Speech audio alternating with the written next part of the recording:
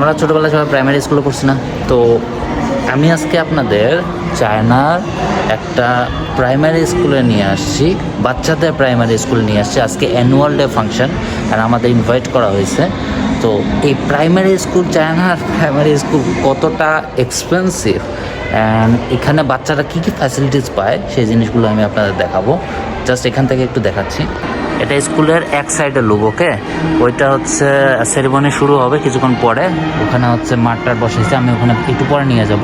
এটা main gate. আর এটা পুরোটাই স্কুল, পুরো আমেরিকান স্টাইলের স্কুল। ইংলিশ বলতে পারে প্রত্যেকটা বাচ্চা, এবং বাচ্চাগুলো এত স্মার্ট আমি কি বলবো। ছোটোবেলায় যখন আমি প্রাইমারি স্কুলে যেতাম তখন আসলে এগুলো আমার জন্য ড্রিম ছিল কাইন্ড অফ। পুরো স্কুলটা মারাত্মকভাবে সাজাইছে, জায়গায় জায়গায় বাচ্চাদের যে কত পরিমাণ কন্ট্রিবিউশন আছে সেই জিনিস দেখাবে। বাট সবচেয়ে ইন্টারেস্টিং জিনিস যেটা আমি মনে করি, যেটা নিয়ে কেউ কথা বলে না, সেটা হচ্ছে যে এখানে বাচ্চাদের ছোটোবেলা থেকে বিভিন্ন কৃষি এবং এই রিলেটেড প্রজেক্টগুলোতে উৎসাহিত করা হয়। যেমন এখানে যদি আপনি দেখেন রেশম যে গাছগুলা, ওখানে বাচ্চারা কাজ করছে, ওখানে হচ্ছে ছবি দিছে, এবং বাইরে হচ্ছে রেশম পোকা যে খায় সেই এনভায়রনমেন্টটা দিছে আর কি। এখানে এই গাছগুলোতে ফুল হয়, ফ্রুটস হয়। সুন্দর না এনভায়রনমেন্টটা? বাইরে পাহাড়টা দেখেন। আর এখানে ওরা কি করে, এরা ইনকিউবেটরে হচ্ছে চাষ করে। লাইক এখানে ওরা স্ট্রবেরির গাছ লাগাইছে, দেখেন স্ট্রবেরি হয়েছে। এবং এই জিনিসগুলো কিন্তু একটা টিচাররা মেনটেন করে না, ঠিক আছে? এই জিনিসগুলো কিন্তু সমস্তই স্টুডেন্টরা মেনটেন করে। এইটা হচ্ছে সবচেয়ে ইন্টারেস্টিং ফ্যাক্ট, ওকে? আর সায়েন্স প্রজেক্ট দেখায়। আমরা যখন ছোটো ছিলাম তখন আমরা সায়েন্স প্রজেক্ট কী দিয়ে বানাইতাম? শোলা দিয়ে, অমুক দিয়ে, তমুক দিয়ে। এদের সায়েন্স প্রজেক্ট দেখেন, এটা হচ্ছে এদের সায়েন্স প্রজেক্ট। একটা ইনকিউবেটর ওরা ডিজাইন করছে, অ্যান্ড আমার মাথা কাজ করতেছে না লিটারালি, ওকে? অ্যান্ড শুধু এটা না, ওই যে গোবর দিয়ে যেরকম আদার্স কী বলে বায়োগ্যাস টাইপের ওই প্রজেক্ট আছে ওই পাশে। আর এখানে দেখাচ্ছে যে বাচ্চারা কী পরিমাণ কাজ করে। চিন্তা করেন, এটা একটা রোবোটিক্স প্রজেক্ট। আমি যতদূর বুঝি আর কি, এটা একটা রোবোটিক প্রজেক্ট। আমাদের সময় গাড়ি চলতো, যে গাড়ি হচ্ছে দাগ ফলো করে লাইন ফলোয়িং রোবট হবে।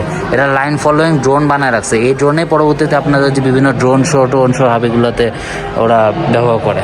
এগুলো বাচ্চাদের প্রজেক্ট, আপনি লাইক ইমাজিন করেন, ওকে? আর এটার বাইরে যদি আমি স্কুল একটু পরে দেখাচ্ছি, এইখানে আর একটা বায়োগ্যাস প্রজেক্ট আছে মনে হয়। ওয়াও, এটা দেখছেন? এই জিনিস বাংলাদেশেও পসিবল আমি মনে করি। বাংলাদেশে স্টুডেন্টরা যদি যায় ওখানেও পসিবল। আমাদের হয়তো বা এরকম এনভায়রনমেন্ট নাই, এরকম বড় স্কুল নাই, অনেক কিছু নাই, কিন্তু আমাদের বাচ্চারাও চাইলে এটা জিনিস করতে পারবে। একটা ক্লাসরুমের একটা অংশ, প্রত্যেকটা বাচ্চা না ডিফারেন্ট গ্রুপে বিভিন্নভাবে সাজছে। হ্যাঁ, ওদের ডিফারেন্ট পারফরমেন্স আছে। অ্যান্ড আমার লিটারালি মাথা খারাপ হয়ে যাচ্ছে। আল্লাহ, এরকম অপরচুনিটি যদি আমরা পাইতাম, আফসোস হয় না? I'm 7 years old. Nice to meet you.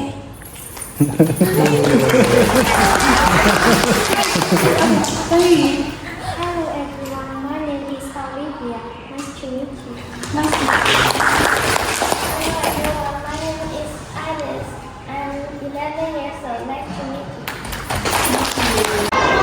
Literally মাঝে মাঝে আফসোস হচ্ছে যে এরকম অপরচুনিটি যদি আমরা পাইতাম তাহলে আমরা হয়তো আরও অনেক কিছু জিনিস করতে পারতাম। চাইনিজরা ওদের বাচ্চার পিছনে বহু টাকা খরচ করে। এটা একটা এক্সপেরিমেন্টাল প্রাইমারি স্কুল, অ্যান্ড বুঝতেই পারতেছেন কী পরিমাণ খরচ ওরা করে। এখানে মান্থলি ফিস কত আমি এখনও জানি না, বাট আমাদের একজন হায়ার অফিসিয়াল টিচারের বাচ্চা এখানে পড়ে। হ্যাঁ, বাচ্চাটার সাথে আমি দেখেই মনে হয়েছে যে আমি ওকে আমি দেখছি কোথাও আর কি, বিকজ কোনো উইচ্যাট বা মুভমেন্টসে দেখছি আর কি। এত এক্সপেন্সিভ স্কুল, এবং শেখানো হয় অনেক কিছু জিনিস। বাচ্চাকে হ্যান্ড টু হ্যান্ড প্র্যাকটিস করানো হচ্ছে প্রতিটা জিনিস, একেবারে ক্ষেত খামার থেকে শুরু করে। ওরা বলতে পারতেছে, ইংলিশ ভালো করে বলতেছে, নাচতেছে, আরও ইভেন্ট তো দেখাবোই আরও।